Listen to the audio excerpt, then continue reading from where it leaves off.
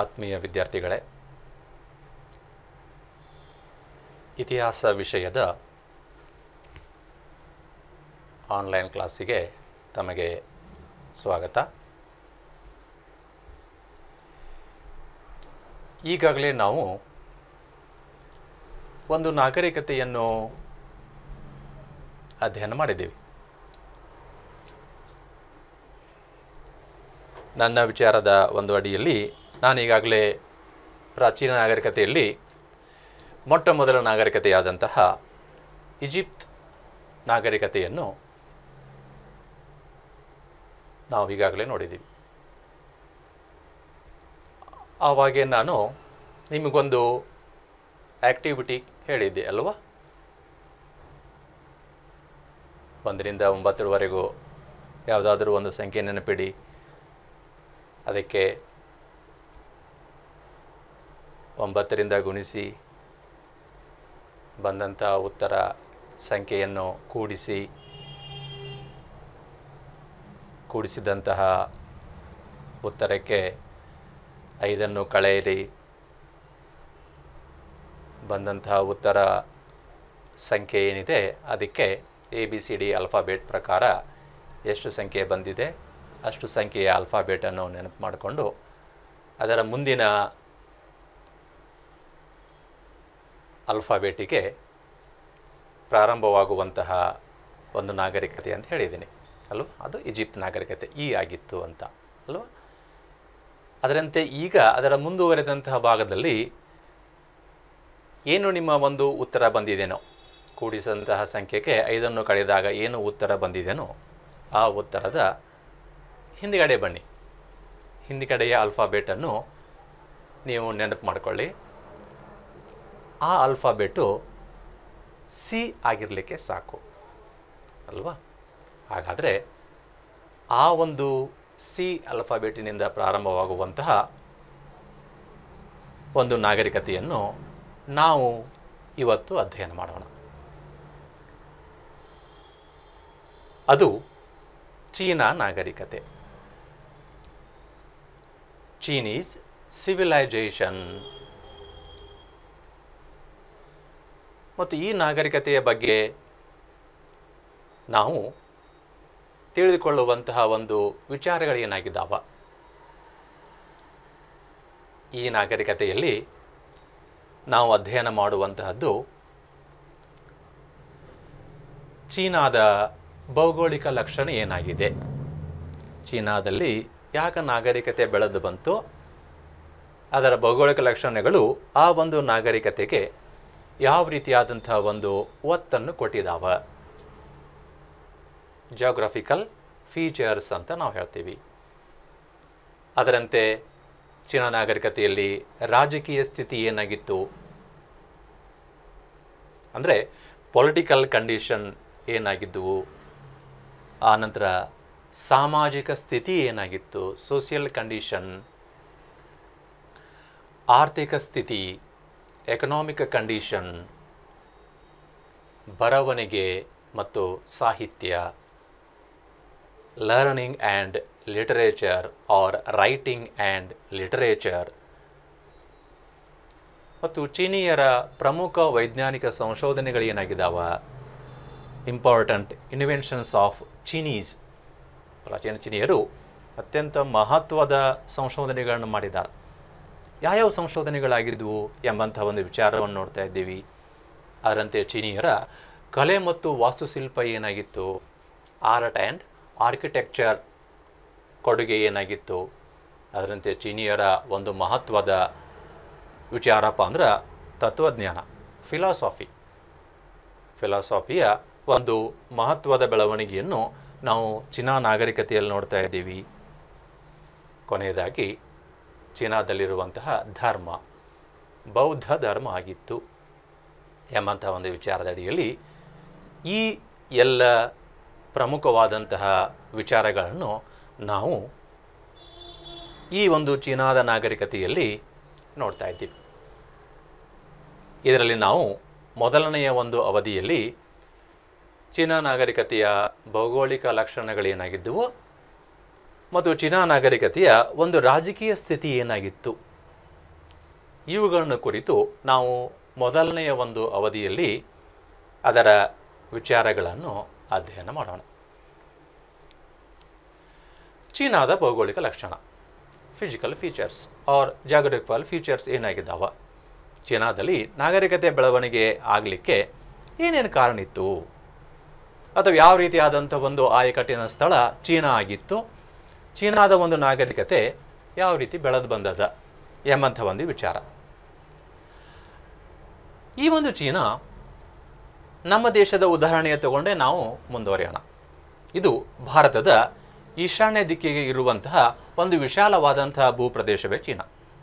ನೋಡಿ, ಭಾರತದ ಈಶಾನ್ಯ ದಿಕ್ಕಿಗಿದೆ. ಈಶಾನ್ಯ ದಿಕ್ಕಿಗೆ ಅತ್ಯಂತ ವಿಶಾಲವಾದಂತಹ ಒಂದು ಭೂಪ್ರದೇಶವನ್ನು ಹೊಂದಿದಂತಹದ್ದು ಚೀನಾ ಆಗ್ಯದ. India's north East position situated area is A China. India's northeast position China has situated. ಚೀನಾದ ಒಂದು ಪಶ್ಚಿಮಕ್ಕೆ ಹಿಮಾಲಯ ಪರ್ವತ ಇದೆ. ವಿಶೇಷವಾಗಿ ನಕ್ಷೆ ನೋಡಿದಾಗ ಗೊತ್ತಾಗ್ತದೆ. ನಕ್ಷೆ ನೋಡಿದಾಗ ನಿಮಗೆ ಗೊತ್ತಾಗ್ತದೆ. ಚೀನಾದ ಪಶ್ಚಿಮಕ್ಕೆ ಹಿಮಾಲಯ ಪರ್ವತ ಇದೆ, ಪೂರ್ವಕ್ಕೆ ಶಾಂತ ಸಾಗರ ಇದೆ, ಉತ್ತರಕ್ಕೆ ಮಂಗೋಲಿಯಾದ ಗೋಬಿ ಮರುಭೂಮಿ ಇದೆ. ನೋಡಿ, ಪಶ್ಚಿಮಕ್ಕೆ ಹಿಮಾಲಯ ಪರ್ವತ, ಪೂರ್ವಕ್ಕೆ ಶಾಂತಸಾಗರ ಮತ್ತು ಉತ್ತರಕ್ಕೆ ಮಂಗೋಲಿಯಾದ ಒಂದು gobi ಮರುಭೂಮಿಯಿಂದ ಆವೃತವಾದಂತಹದ್ದು China.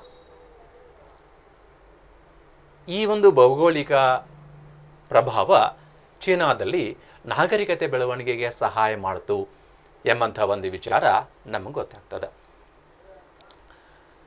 China situated as the Himalaya in the west, Pacific Ocean in the east, and Gobi Desert in the north.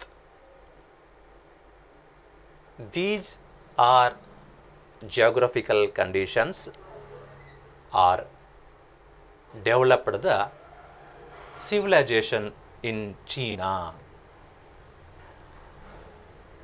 ಹಾಗಾದ್ರೆ ಚೀನಾದ ಪಶ್ಚಿಮಕ್ಕೆ ಹಿಮಾಲಯ ಇದೆ, ಪೂರ್ವಕ್ಕೆ ಶಾಂತಸಾಗರ ಇದೆ, ಅದೇ ರೀತಿಯಾಗಿ ಉತ್ತರಕ್ಕೆ ಮಂಗೋಲಿಯಾದ ಗೋಬಿ ಮರುಭೂಮಿ ಇದೆ. ಹಾಗಾದ್ರೆ ಇಲ್ಲಿ ವಾಸಿಸುವಂಥ ಜನರು ಮಂಗೋಲ್ ಜನಾಂಗದ ಜನರಾಗಿದ್ದರು. ಮಂಗೋಲ್ ಜನಾಂಗದ ಜನರು ಈ ಒಂದು ಚೀನಾ ಪ್ರದೇಶದಲ್ಲಿ ವಾಸ ಮಾಡ್ತಾ ಇದ್ರು. China is inhabited by Mongoloid race ಅಂತ ಹೇಳ್ಬೋದು. ನೋಡಿ, Mongoloid race peoples are lived in this area. This is the physical features of China civilization. ಹಾಗಾದರೆ ಈ ಒಂದು ನಾಗರಿಕತೆ ಇಲ್ಲಿ ಯಾವ ರೀತಿಯಾಗಿ ಉದಯವಾಯಿತು ಗೊತ್ತಾಗ್ತದೆ. ವಿಶೇಷವಾಗಿ ಚೀನಾದಲ್ಲಿ ನಾಗರಿಕತೆ ಬೆಳವಣಿಗೆ ಆಗಲಿಕ್ಕೆ ವಿಶೇಷವಾಗಿ ನೋಡಿದ್ವಿ, ಮೊದಲನೇ ಅಧ್ಯಾಯದಲ್ಲಿ ನೋಡಿದ್ವಿ, ಈಜಿಪ್ಟ್ ನಾಗರಿಕತೆಯಲ್ಲಿ ಬಂದಿದೆ.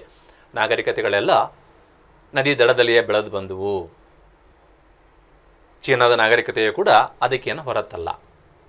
ಚೀನಾದಲ್ಲಿ ನಾಗರಿಕತೆಗಳು ಬೆಳೀಲಿಕ್ಕೆ ಅಲ್ಲಿರುವಂತಹ ನದಿ ಕಣಿವೆಗಳೇ ಕಾರಣ. ನೋಡಿ, ಅಲ್ಲಿರುವಂತಹ ನದಿ ಕಣಿವೆಗಳೇ ಚೀನಾದಲ್ಲಿ ನಾಗರಿಕತೆಯನ್ನು ಬೆಳೀಲಿಕ್ಕೆ ಸಹಾಯ ಮಾಡಿದಾವ. ಯಾವ್ಯಾವ ಇದಾವಲ್ಲಿ ನದಿ ಕಣಿವೆಗಳು?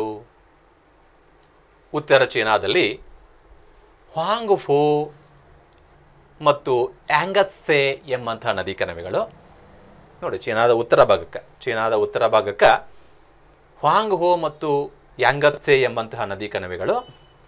ಅದರಂತೆ ದಕ್ಷಿಣ ಚೀನಾದ ಸಿಕಿಯಾಂಗ್ ಎಂಬಂತಹ ನದಿ ಕಣಿವೆಗಳು ಚೀನಾ ನಾಗರಿಕತೆ ಬೆಳವಣಿಗೆಗೆ ಮತ್ತು ಚೀನಾ ನಾಗರಿಕತೆಯ ಒಂದು ವಿಕಾಸಕ್ಕೆ ಬೇಕಾದಂತಹ ಎಲ್ಲ ಅಗತ್ಯತೆಗಳನ್ನು ಇವು ಕಲ್ಪಿಸಿಕೊಟ್ಟಿದ್ದಾವ.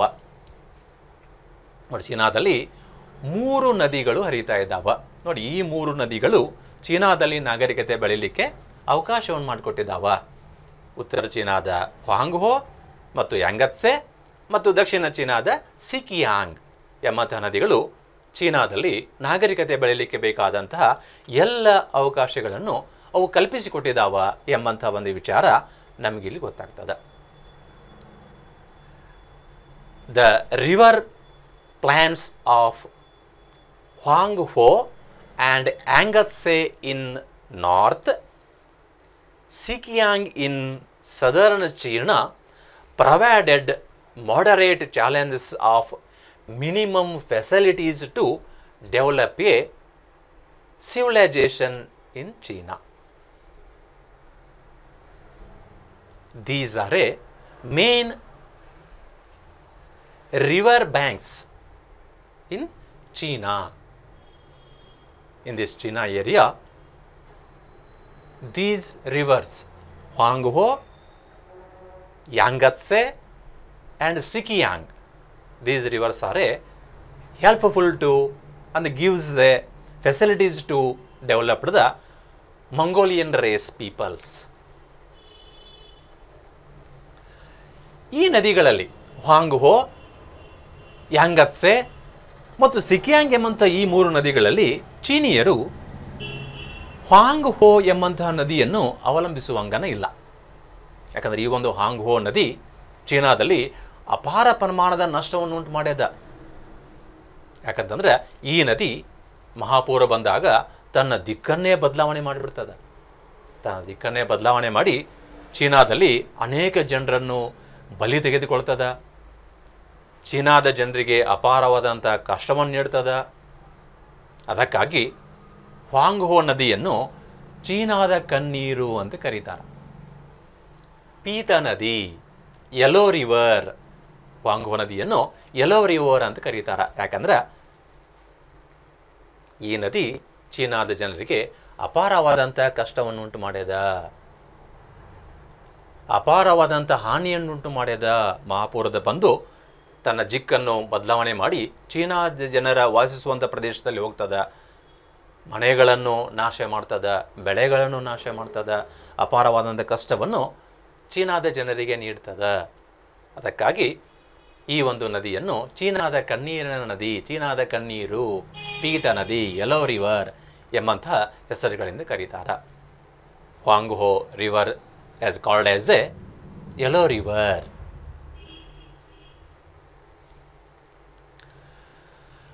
ಹಾಗಾದರೆ ಈಗ ನಾವು ಇಲ್ಲಿ ನಾಗರಿಕತೆ ಬೆಳೆದು ಬಂದ ಒಂದು ಪರಿಕಲ್ಪನೆಗಳ ಅಡಿಯಲ್ಲಿ ಯಾವ ರೀತಿಯಾಗಿ ನಾಗರಿಕತೆ ಬೆಳೆದು ಬಂತು, ಯಾವ ರೀತಿಯಾದಂಥ ಒಂದು ರಾಜಕೀಯ ವ್ಯವಸ್ಥೆ ಈ ಒಂದು ನಾಗರಿಕತೆಯಲ್ಲಿ ಬೆಳವಣಿಗೆ ಆಯಿತು ಎಂಬಂಥ ಒಂದು ವಿಚಾರದ ಅಡಿಯಲ್ಲಿ ಇದರ ಪೊಲಿಟಿಕಲ್ ಕಂಡೀಷನ್ ಏನಾಗಿತ್ತು, ಚೀನಾದಲ್ಲಿಯ ಪೊಲಿಟಿಕಲ್ ಕಂಡೀಷನ್ ಏನಾಗಿತ್ತು ಎಂಬಂಥ ಒಂದು ವಿಚಾರ ನೋಡಿ. ಚೀನಾ ದೇಶವು ಸುದೀರ್ಘವಾದಂತಹ ರಾಜಕೀಯ ಇತಿಹಾಸವನ್ನು ಹೊಂದಿದೆ. ಸುದೀರ್ಘವಾದಂಥ ರಾಜಕೀಯ ಇತಿಹಾಸ. China has A long standing political history. ಅತ್ಯಂತ ಸುದೀರ್ಘವಾದಂತಹ ರಾಜಕೀಯ ಇತಿಹಾಸವನ್ನು ಚೀನಾ ನಾಗರಿಕತೆ ಹೊಂದಿದೆ ಎಂಬಂಥ ಒಂದು ವಿಚಾರ ಗೊತ್ತಾಗ್ತದೆ. ಯಾಕಂದರೆ ಆರಂಭದಲ್ಲಿ ಹಲವು ರಾಜರುಗಳಿಂದ ಆಳಲ್ಪಡ್ತು. ನಂತರ ಕೇಂದ್ರೀಕೃತ ಆಡಳಿತವನ್ನು ಇವರು ಪ್ರಾರಂಭಿಸಿದರು. ನೋಡಿ, ಚೀನಾದಲ್ಲಿ ಪ್ರಾರಂಭದಲ್ಲಿ ಹಲವು ರಾಜರುಗಳು ಆಳಿದರು.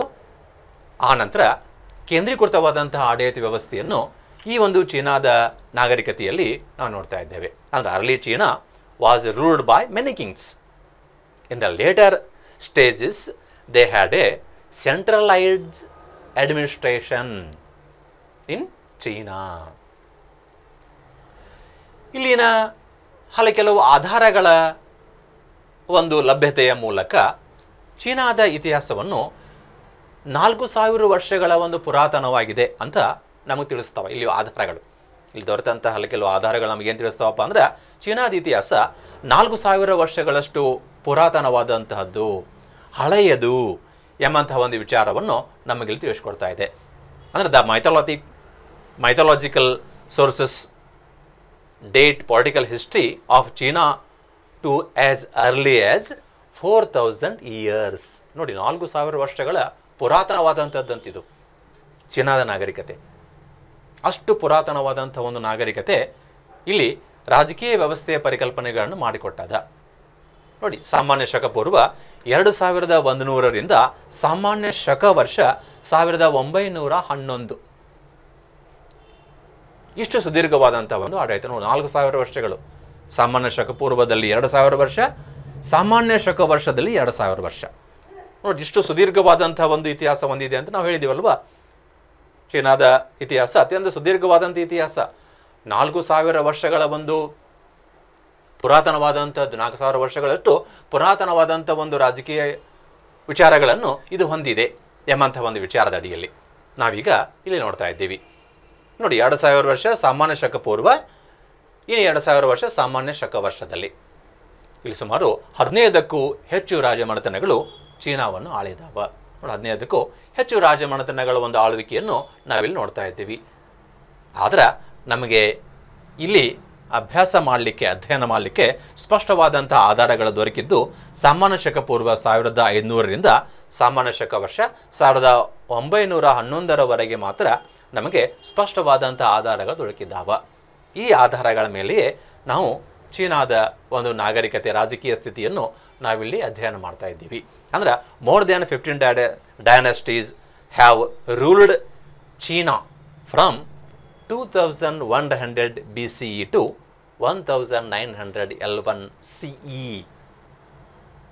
But we have substantial sources from 1500 BCE. In this records reconstruction the China civilization at the political condition ಎಂಬಂಥ ಒಂದು ವಿಚಾರ ನಮಗಿಲ್ಲಿ ಸ್ಪಷ್ಟವಾಗ್ತದೆ. ಹಾಗಾದರೆ ಈ ಒಂದು ರಾಜಕೀಯ ಸ್ಥಿತಿಯಲ್ಲಿ ಇಷ್ಟು ಸುದೀರ್ಘವಾದಂಥ ಒಂದು ಇತಿಹಾಸವನ್ನು ಹೊಂದಿದಂಥ ಒಂದು ರಾಜಕೀಯ ಪರಿಕಲ್ಪನೆ ಅಡಿಯಲ್ಲಿ ನಾವು ಚೀನಾದ ರಾಜಕೀಯ ಇತಿಹಾಸವನ್ನು 2 ಯುಗಗಳನ್ನಾಗಿ ಮಾಡಿದ್ದೀವಿ. ಏನು ಸುದೀರ್ಘ ಇತಿಹಾಸ ಇದೆಯಲ್ವಾ, 4000 ವರ್ಷಗಳ ಒಂದು ಪುರಾತನ ಇತಿಹಾಸ ಇದೆಯಲ್ವಾ, ಇದನ್ನು ನಾವು 2 ಯುಗಗಳನ್ನಾಗಿ ವಿಂಗಡಣೆ ಮಾಡಿದ್ದೀವಿ. ಅದರಲ್ಲಿ ಮೊದಲನೇದ್ದು ಪ್ರಾಚೀನ ಯುಗ. The political history of China is classified into 2 ಎರಾಸ್. 2 ಯುಗಗಳನ್ನು ಮಾಡಿದ್ದೀವಿ. ಅದರಲ್ಲಿ ಮೊದಲನೇದ್ದು ಪ್ರಾಚೀನ ಯುಗ, ಏನ್ಸಿಯಂಟ್ ಎರಾ. ಈ ಒಂದು ಪ್ರಾಚೀನ ಯುಗ ಸಾಮಾನ್ಯ ಶಕ ಪೂರ್ವ 2100ರಿಂದ ಸಾಮಾನ್ಯ ಶಕ ಪೂರ್ವ 271 ಅವಧಿ. ಈ ಅವಧಿಯನ್ನು ಪ್ರಾಚೀನ ಯುಗ, ಆನ್ಸಿಯಂಟ್ ಎರಾ ಅಂತ ಒಂದು ಭಾಗ ಮಾಡಿದ್ದೀವಿ. ಇನ್ನು ಮತ್ತೊಂದು ಯುಗಪ್ಪ ಅಂದ್ರೆ ಸಾಮ್ರಾಜ್ಯ ಯುಗ. ಸಾಮಾನ್ಯ ಶಕ ಪೂರ್ವ 221ರಿಂದ ಸಾಮಾನ್ಯ ಶಕ ವರ್ಷ 1911 ಅವಧಿ. ಇದನ್ನು ನಾವು ಇಂಪೀರಿಯಲ್ ಎರಾ, ಸಾಮ್ರಾಜ್ಯ ಯುಗ ಅಂತ ಕರಿತಿದ್ದೀವಿ. ಒಂದು ಪ್ರಾಚೀನ ಯುಗ, ಮತ್ತೊಂದು ಸಾಮ್ರಾಜ್ಯ ಯುಗ. ಅದಂತೆ ಈಜಿಪ್ಟ್ ನಾಗರಿಕತೆಯಲ್ಲಿ ಕೂಡ ನಾವು ನೋಡಿದ್ದೀವಲ್ವ, ರಾಜಕೀಯ ಇತಿಹಾಸ ನೋಡಿದ್ದೀವಲ್ವ. ಸುಮ್ಮನೆ ಹೋಲಿಕೆ ಮಾಡೋಣ, ನೆನಪು ಮಾಡ್ಕೊಳ್ಳೋಣ. ಈಜಿಪ್ಟ್ ನಾಗರಿಕತೆಯಲ್ಲಿ ಎಷ್ಟು ಯುಗಗಳನ್ನು ಮಾಡಿದ್ದೀವಿ ನಾವಲ್ಲೇ, ಎಷ್ಟು ಕಾಲಗಳನ್ನು ಮಾಡಿದ್ದೀವಿ ನಾವಲ್ಲೇ? 3 ಕಾಲ ಮಾಡಿದ್ದೀವಲ್ವ. ಹಳೆಯ ರಾಜಮನೆತನಗಳ ಕಾಲ, ಮಧ್ಯ ರಾಜಮನೆತನಗಳ ಕಾಲ ಮತ್ತು ಹೊಸ ರಾಜಮನೆತನಗಳ ಕಾಲ ಅಥವಾ ಹೊಸ ರಾಜ್ಯಗಳ ಕಾಲ ಅಂತ 3 ಮಾಡಿದ್ದೀವಿ. ಆದರೆ ಇಲ್ಲಿ ಚೀನಾ ನಾಗರಿಕತೆಯಲ್ಲಿ 2 ಯುಗಗಳನ್ನು ಮಾಡಿದ್ದೀವಿ. ಒಂದು ಪ್ರಾಚೀನ ಯುಗ, ಮತ್ತೊಂದು ಸಾಮ್ರಾಜ್ಯ ಯುಗ ಎಂಬಂಥ ಒಂದು ವಿಚಾರ ನಮ್ಗೆ ಗೊತ್ತಾಗ್ತದೆ. ಹಾಗಾದ್ರೆ ಈ 2 ಯುಗಗಳು ಯಾವ್ಯಾವ ರೀತಿಯಾಗಿ ಬೆಳವಣಿಗೆ ಆದವು, ಯಾವ್ಯಾವ ರೀತಿಯಾಗಿ ಅವುಗಳ ಒಂದು ನಿರ್ಮಾಣ ಆಯಿತು ಎಂಬಂಥ ಒಂದು ವಿಚಾರ. ಅದರಲ್ಲಿ ಮೊದಲನೇದು ಪ್ರಾಚೀನ ಯುಗ. ಈ ಒಂದು ಆನ್ಸಿಯಂಟ್ ಎರಾ, ಸಾಮಾನ್ಯ ಶಕ ಪೂರ್ವ 2100ರಿಂದ ಸಾಮಾನ್ಯ ಶಕ ಪೂರ್ವ 221 ಒಂದು ಅವಧಿ. ಈ ಒಂದು ಅವಧಿ ಚೀನಾದಲ್ಲಿ 2100ರಲ್ಲಿ, ಸಾಮಾನ್ಯ ಶಕ ಪೂರ್ವ 2100ರಲ್ಲಿ ಅಸ್ತಿತ್ವಕ್ಕೆ ಬಂತು ಪ್ರಾಚೀನ ಯುಗ. ಇಲ್ಲಿನ ಮೊದಲ ರಾಜಮನೆತನ ಝಿಯಾ ಎಂಬಂತಹ ರಾಜಮನೆತನ ಆಳ್ಕೆ ಮಾಡ್ತು. ನೋಡಿ, 15 ರಾಜಮನೆತನಗಳು ಆಳ್ಕೆ ಮಾಡವಲ್ವ. ಇಲ್ಲಿ 4000 ವರ್ಷಗಳಲ್ಲಿ 15 ರಾಜಮನೆತನಗಳು ಆಳ್ಕೆ ಮಾಡಿದ್ದಾವ. ಅದರಲ್ಲಿ ಪ್ರಾಚೀನ ಯುಗದಲ್ಲಿ ಮೊದಲ ರಾಜಮನೆತನ ಯಾವುದಾಗಿತ್ತು? ಝಿಯಾ ಆಗಿತ್ತು. ಅದರಂತೆ ಈ ಒಂದು ಝಿಯಾ ಎಂಬಂಥ ಒಂದು ರಾಜಮನೆತನ ಮೊದಲ ರಾಜಮನೆತನವಾಗಿ ಆಳ್ಕೆ ಮಾಡ್ತು. ಅದೇ ರೀತಿಯಾಗಿ ಕೊನೆಯ ರಾಜಮನೆತನ ಮಂಚು ವಂಶ, ಮಂಚು ಡೈನಾಸ್ಟಿ. ನೋಡಿ, Jia was the earliest dynasty which came into existence in around the BCE 2100. Last dynasty, it is called as a Manchu dynasty. Manchu dynasty is the last dynasty, ended in 1900 L1 CE. ನೋಡಿ, ಮೊದಲನೆಯ ರಾಜಮನೆತನ ಜಿಯಾ ರಾಜಮನೆತನ ಪ್ರಾಚೀನ ಯುಗದಲ್ಲಿ ಆಳ್ಕೆ ಮಾಡಿದ್ದು. ಅಂದರೆ ಸುಮಾರು 4000 ವರ್ಷಗಳ ಅವಧಿಯಲ್ಲಿ ಮೊದಲನೇ ರಾಜಮನೆತನವಾಗಿ ಜಿಯಾ ಆಳ್ಕೆ ಮಾಡಿತು. ಇನ್ನು ಕೊನೆಯದು 1911 ಸಾಮಾನ್ಯ ಶಕ ವರ್ಷ 1911ರ ಒಂದು ಅವಧಿಯಲ್ಲಿದ್ದಂತಹ ಕೊನೆಯ ರಾಜಮನೆತನ ಯಾವುದಾಗಿತ್ತು? ಮಂಚು ರಾಜಮನೆತನ ಆಗಿತ್ತು. 15 ರಾಜಮನೆತನಗಳಲ್ಲಿ ಮೊದಲನೇದ್ದು ಜಿಯಾ, ಕೊನೆಯದ್ದು ಮಂಚು ಎಂಬಂತಹ ಒಂದು ರಾಜಮನೆತನ ಆಳ್ಕೆ ಮಾಡಿತು. ಈ ಒಂದು ಪ್ರಾಚೀನ ಯುಗದಲ್ಲಿ ಸುದೀರ್ಘವಾಗಿ ಆಳಿದಂತಹ ಒಂದು ರಾಜಮನೆತನ ಯಾವುದಾಗಿತ್ತಪ್ಪ ಅಂದ್ರೆ ಛೌ ಅಥವಾ ಝೌ ಎಂಬಂತಹ ರಾಜಮನೆತನ. ನೋಡಿ, ಪ್ರಾಚೀನ ಯುಗದಲ್ಲಿ ಅತ್ಯಂತ ಸುದೀರ್ಘವಾದಂತಹ ಒಂದು ಆಳ್ವಿಕೆಯನ್ನು ಮಾಡಿದಂತಹ ಒಂದು ರಾಜಮನೆತನ ಝೌ ಅಥವಾ ಛೌ ಎಂಬಂತಹ ರಾಜಮನೆತನ ಆಗಿತ್ತು. The Chou or Zhou dynasty was the longest serving dynasty in ancient era in China. ಅವರ ನಂತರ ಅಥವಾ ಈ ಒಂದು ಛೌ ಅಥವಾ ಝೌ ಎಂಬಂಥ ರಾಜಮನೆತನದ ನಂತರ ಏನಾಯಿತು? ಚೀನಾದಲ್ಲಿ ಕೆಲವು ಜಮೀನುದಾರರು ತಮ್ಮಲ್ಲಿ ಜಗಳವನ್ನು ಪ್ರಾರಂಭಿಸಿ ಚೀನಾದಲ್ಲಿ ಅರಾಜಕತೆಯನ್ನು ಉಂಟು ಮಾಡಿದರು ಪ್ರಾಚೀನ ಯುಗದಲ್ಲಿ. ಅಂದರೆ ಈ ರಾಜಮನೆತನಗಳ ಒಂದು ಆಳ್ವಿಕೆ ಅಡಿಯಲ್ಲಿ ಅರಾಜಕತೆ ಉಂಟಾಯಿತು. ಅದಕ್ಕೆ ಕಾರಣ ಜಮೀನ್ದಾರು ಸುಮ್ಮನೆ ಇರಲಾರದೆ ಜಗಳಗಳನ್ನು ಪ್ರಾರಂಭ ಮಾಡಿದರು. ಜಗಳಗಳನ್ನು ಪ್ರಾರಂಭ ಮಾಡಿ ಅವರು ಅರಾಜಕತೆಯನ್ನು ಉಂಟು ಮಾಡಿದರು. ಚೀನಾ ನಾಗರಿಕತೆಯಲ್ಲಿ ಅಥವಾ ಚೀನಾದ ಒಂದು ರಾಜಕೀಯ ವ್ಯವಸ್ಥೆಯಲ್ಲಿ ಅರಾಜಕತೆಯನ್ನು ಉಂಟು ಮಾಡಿದರು. ಆಗ ಜಗಳ ಮಾಡಿದಂತಹ ಅನೈಕ್ಯತೆಯನ್ನು ಕೂಡಿದಂತಹ ಜಮೀನ್ದಾರರನ್ನು ಹತ್ತಿಕ್ಕಿ ಆಡಳಿತವನ್ನು ಪುನಃ ಸ್ಥಾಪನೆ ಮಾಡಿದಂಥವರು ಕ್ವೀನ್ ಎಂಬಂತಹ ವಂಶದವರು. ನೋಡಿ, ಜಮೀನುದಾರರ ಒಂದು ಜಗಳದಿಂದ ಚೀನಾದ ಪ್ರಾಚೀನ ಯುಗದಲ್ಲಿ ಅರಾಜಕತೆಯನ್ನೇನು ಉಂಟಾಯಿತು, ಆ ಅರಾಜಕತೆಯನ್ನು ಹೋಗಲಾಡಿಸಿದಂಥವರು ಕ್ವೀನ್ ಎಂಬಂತಹ ರಾಜಮನೆತನದವರು. ಈ ಕ್ವೀನ್ ಎಂಬಂತಹ ರಾಜಮನೆತನದವರು ಪ್ರಾಚೀನ ಯುಗದಲ್ಲಿ ಶಾಂತಿ ಸುವ್ಯವಸ್ಥೆಯನ್ನು ಕಾಪಾಡಿಕೊಳ್ಳಲಿಕ್ಕೆ ಜಮೀನ್ದಾರರನ್ನು ಸಂಪೂರ್ಣವಾಗಿ ಬಗ್ಗಬಡಿದರು. ಕಿನ್ ವಂಶದ ದೊರೆಗಳು ತಮ್ಮ ರಾಜ್ಯವನ್ನು ಏನು ಮಾಡಿದರು? ಸಾಮ್ರಾಜ್ಯವನ್ನಾಗಿ ನಿರ್ಮಾಣ ಮಾಡಿದರು. ನೋಡಿ, ಶಕ್ತಿಶಾಲಿಯಾಗಿ ಬಲಿಷ್ಠರಾಗಿ ಜಮೀನ್ದಾರರನ್ನು ಹತ್ತಿಕ್ಕಿ ಅರಾಜಕತೆಯನ್ನು ಹೋಗಲಾಡಿಸಿ ಚೀನಾದಲ್ಲಿ ಒಂದು ಸಾಮ್ರಾಜ್ಯವನ್ನೇ ಅವರು ನಿರ್ಮಾಣ ಮಾಡಿದರು ಎಂಬಂತ ಒಂದು ವಿಚಾರ. Next, the rise of feudal lords who constantly engaged in wars. They were suppressed by the Qin dynasty. Qin rulers expanded their kingdom into a empire. Thus began the imperial era. ಯಾವಾಗ queen ವಂಶದವರು ತಮ್ಮ ರಾಜಕೀಯ ಇತಿಹಾಸದ ಅಡಿಯಲ್ಲಿ ಅರಾಜಕತೆಯನ್ನು ಹೋಗಲಾಡಿಸಿ ಚೀನಾದಲ್ಲಿ ಸಾಮ್ರಾಜ್ಯ ಯುಗವನ್ನು ನಿರ್ಮಾಣ ಮಾಡಿದರು, ಆವಾಗ ಚೀನಾದಲ್ಲಿ ಎರಡನೇ ಯುಗವಾದಂತಹ ಸಾಮ್ರಾಜ್ಯ ಯುಗ ನಿರ್ಮಾಣ ಆಯಿತು. ಇಂಪೀರಿಯಲ್ ಎರಾ ಪ್ರಾರಂಭ ಆಯಿತು.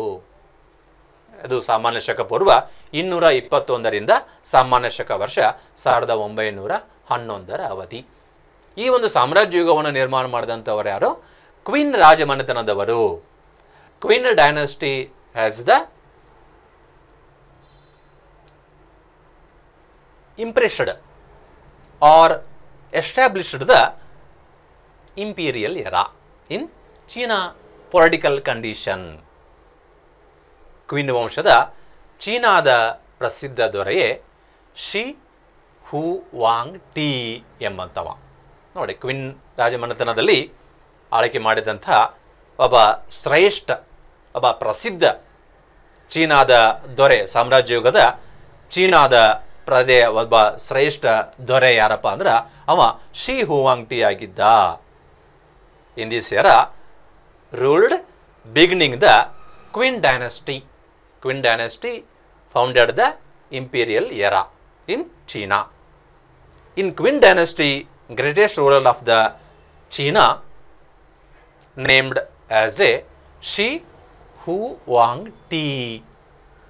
Shi Huangti ಕ್ವಿನ್ ರಾಜಮನೆತನದ ಒಬ್ಬ ಶ್ರೇಷ್ಠ ದೊರೆಯಾಗಿ ಆಳ್ವಿಕೆ ಮಾಡಿದಾನ ಎಂಬಂಥ ಒಂದು ವಿಚಾರದಡಿಯಲ್ಲಿ ಇವರ ಸಾಮ್ರಾಜ್ಯ ಯುಗದ ಆಡಳಿತ ವ್ಯವಸ್ಥೆ, ಅವರ ರಾಜಕೀಯ ವ್ಯವಸ್ಥೆಯ ಪರಿಕಲ್ಪನೆಗಳನ್ನು ನಾವು ಇಲ್ಲಿ ಮುಂದುವರೆದು ನೋಡೋಣ.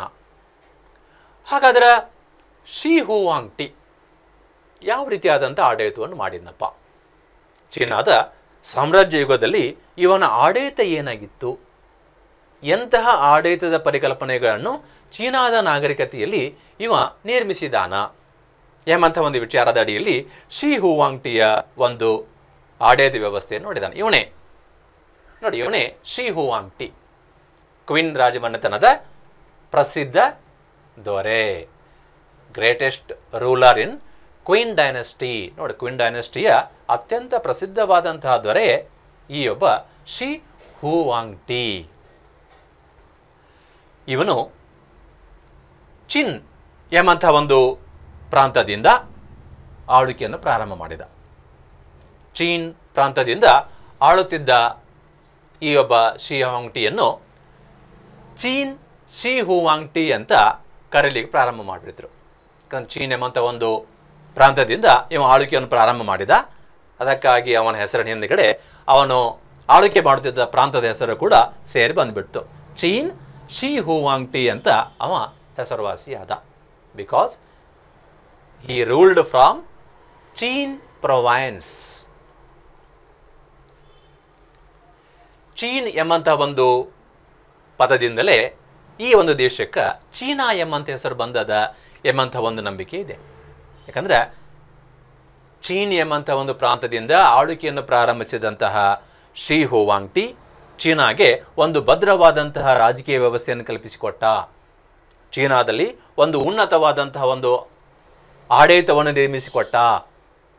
ಅವನ ಆಳ್ವಿಕೆ ಮಾಡಿದಂಥ ಒಂದು ಪರಿಕಲ್ಪನೆಗಳ ಅಡಿಯಲ್ಲಿ ಅವನು ಆಳ್ವಿಕೆದ ಒಂದು ಚೀನಿ ಎಂಬಂಥ ಒಂದು ಪ್ರಾಂತದ ಒಂದು ಬೆಳವಣಿಗೆ ಏನಾಯಿತೋ ಅದುವೇ ಮುಂದೆ ಇವನು ಆಳಲ್ಪಟ್ಟಂತಹ ದೇಶಕ್ಕೆ ಅದು ಬಂತು. ಅದು ಚೀನಾ ಅಂತ ಹೆಸರಾಯಿತು ಎಂಬಂಥ ಒಂದು ವಿಚಾರ ನಮ್ಗೆ ಗೊತ್ತಾಗ್ತದೆ.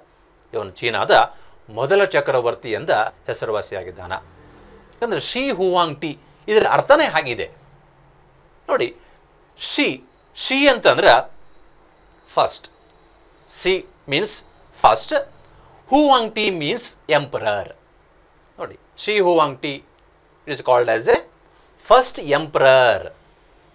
ನೋಡಿ, ಚೀನಾದ ಮೊದಲ ಚಕ್ರವರ್ತಿ ಅಂತ ಹೇಳಿಬಿಟ್ಟು ಇವ ಹೆಸರುವಾಸಿಯಾಗಿದ್ದಾನ. ಹೆಸರಾಗಿದೆ ಶಿ ಹುವಾಂಗ್ಟಿ. ಇದರ ಶಬ್ದದ ಒಂದು ಅರ್ಥನೇ ಅದು, ಮೊದಲ ಚಕ್ರವರ್ತಿ ಶಿ ಹುವಾಂಗ್ಟಿ ಆಗಿದ್ದ ಎಂಬಂಥ ಒಂದು ವಿಚಾರ ನಮ್ಗೆ ಗೊತ್ತಾಗ್ತದೆ. ಇವ ಮಹಾಯೋಧನಾಗಿದ್ದ, great warrior in China, in imperial era.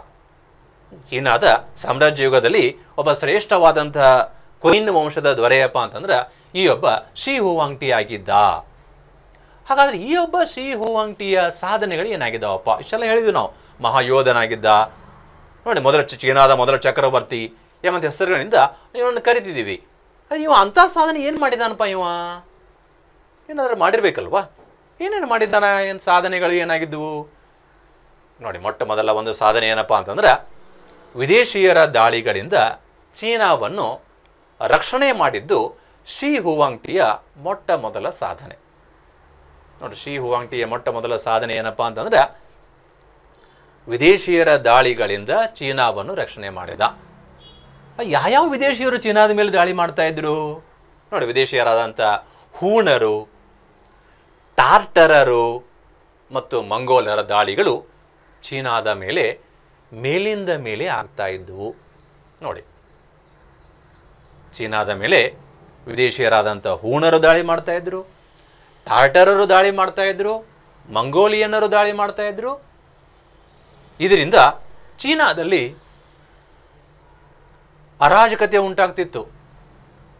ಚೀನಾದ ರಾಜಕೀಯ ವ್ಯವಸ್ಥೆಯಲ್ಲಿ ಅಶಾಂತಿ ಉಂಟಾಗ್ತಿತ್ತು. ಅದಕ್ಕಾಗಿ ಈ ವಿದೇಶಿಯರಿಂದ ಚೀನಾವನ್ನು ರಕ್ಷಣೆ ಮಾಡಬೇಕು ಎಂಬಂಥ ಒಂದು ಮನೋಭಾವನೆ ಶಿ ಹುವಾಂಗ್ಟಿಗೆ ಬಂತು. ಅದಕ್ಕಾಗಿ ಇವ ಏನು ಮಾಡಿದಪ್ಪ ಅಂದ್ರೆ, ಇಂಥ ಸಂದಿಗ್ಧ ಪರಿಸ್ಥಿತಿಯಿಂದ ಚೀನಾವನ್ನು ರಕ್ಷಣೆ ಮಾಡಬೇಕು. ಚೀನಾ ಚಕ್ರವರ್ತಿಯಾದ ಇವನು ತನ್ನ ಅತ್ಯಂತ ಉನ್ನತವಾದಂಥ ಸಾಧನೆಗಳನ್ನು ಶತ್ರುಗಳಿಂದ ರಕ್ಷಣೆ ಮಾಡಿ ನಾನು ತೋರಿಸಬೇಕು ಎಂಬಂಥ ಒಂದು ಮನೋಭಾವನೆ ಶಿ ಹುವಾಂಗ್ಟಿಗೆ ಬಂತಂತ. ಅದಕ್ಕಾಗಿ ಮಂಗೋಲರ ದಾಳಿಯಿಂದ ಚೀನಾವನ್ನು ರಕ್ಷಣೆ ಮಾಡಲಿಕ್ಕೆ ಇವ ಮಾಡಿದಂಥ ಒಂದು ಉನ್ನತವಾದಂಥ ಕೆಲಸ ಏನಪ್ಪ ಅಂದ್ರೆ, ಚೀನಾದ ಸುತ್ತಲೂ ಒಂದು ಮಹಾಗೋಡೆಯನ್ನು ಕಟ್ಟಲಿಕ್ಕೆ ಪ್ರಾರಂಭಿಸಿದ. ಚೀನಾ ಸುತ್ತಲೂ ಒಂದು ಮಹಾಗೋಡೆಯನ್ನು ನಿರ್ಮಿಸಲಿಕ್ಕೆ ಇವ ಪ್ರಾರಂಭ ಮಾಡಿದ. ನೋಡಿ, he started the construction of the Great Wall of China to protect his kingdom from the attacks of Mongols. ನೋಡಿ, ಮಂಗೋಲರ ದಾಳಿಯಿಂದ ಚೀನಾವನ್ನು ರಕ್ಷಣೆ ಮಾಡಬೇಕು ಎಂಬಂಥ ಒಂದು ಏಕೈಕ ಉದ್ದೇಶದಿಂದ ಚೀನಾದಲ್ಲಿ ಮಹಾಗೋಡೆಯನ್ನು ಕಟ್ಟಿದ. ನೋಡಿ, ಆ ಗೋಡೆ ಕಾಣಿಸ್ತಾ ಇದೆ ನಿಮಗೆ ಚಿತ್ರದಲ್ಲಿ. ಎಷ್ಟು ಅದ್ಭುತವಾಗಿದೆ ನೋಡಿ ಆ ಗೋಡೆ, ಚೀನಾದ ಮಹಾಗೋಡೆ. ಇದರ ಬಗ್ಗೆ ವಿಶೇಷವಾದಂಥ ಮಾಹಿತಿಯನ್ನು ನೋಡೋಣ. ನೋಡಿ, ಚೀನಾದಲ್ಲಿ ಚೀನಾ ಜನರ ರಕ್ಷಣೆ ಮಾಡಲಿಕ್ಕೆ, ವಿದೇಶಿ ದಾಳಿಯಿಂದ ಚೀನಾವನ್ನು ರಕ್ಷಣೆ ಮಾಡಿಕೊಳ್ಳಿಕ್ಕೆ, ವಿಶೇಷವಾಗಿ ಮಂಗೋಲರ ದಾಳಿಯಿಂದ ಚೀನಾವನ್ನು ರಕ್ಷಣೆ ಮಾಡಲಿಕ್ಕೆ ಅವ ಏನು ಮಾಡಿದ್ನಪ್ಪ ಅಂದ್ರೆ, ಚೀನಾ ಸುತ್ತಲೂ ಒಂದು ಭವ್ಯವಾದಂತಹ ಕೋಟೆಯನ್ನು ಕಟ್ಟಲಿಕ್ಕೆ ಪ್ರಾರಂಭ ಮಾಡಿದ. ಅದುವೇ ಚೀನಾದ ಮಹಾಗೋಡೆ ಅಂತ ಪ್ರಸಿದ್ಧ ಆಗಿದೆ. ಈ ಒಂದು ಮಹಾಗೋಡೆ 2898 ಕಿಲೋಮೀಟರ್ ಉದ್ದದ, 6.7 ಮೀಟರ್ ಎತ್ತರದ, ಅದೇ ರೀತಿಯಾಗಿ 6.1 ಮೀಟರ್ ಅಗಲವಾಗಿದೆ. ನೋಡಿ, ಎಷ್ಟು ಭವ್ಯವಾಗಿದೆ. ಇಡೀ ಚೀನಾವನ್ನೇ ಸಂಪೂರ್ಣವಾಗಿ ರಕ್ಷಣೆ ಮಾಡುವಂಥ ಒಂದು ಉನ್ನತವಾದಂಥ ಉದ್ದೇಶ ಶಿ ಹುವಾಂಗ್ಟಿದಾಗಿತ್ತು. ಅದಕ್ಕಾಗಿ ಇಂತಹ ಅದ್ಭುತವಾದಂತಹ ಮಹಾಗೋಡೆಯನ್ನು ಅವ ಕಟ್ಟಿದಾನ. ಈ ಗೋಡೆ 10,000 ಕಾವಲು ದುರ್ಗಗಳಿದ್ದಾವೆ. ಈ ಗೋಡೆಗೆ 10,000 ಕಾಣಿಸ್ತಾ ಇದ್ದಾವೆ, ಮೇಲ್ಗಡೆ ಎದ್ದು ನಿಂತಿದ್ದಾವೆ ಕಾವಲು ದುರ್ಗಗಳು. ವಾಚಿಂಗ್ ಟವರ್ಸ್ ಇದ್ದಾವೆ.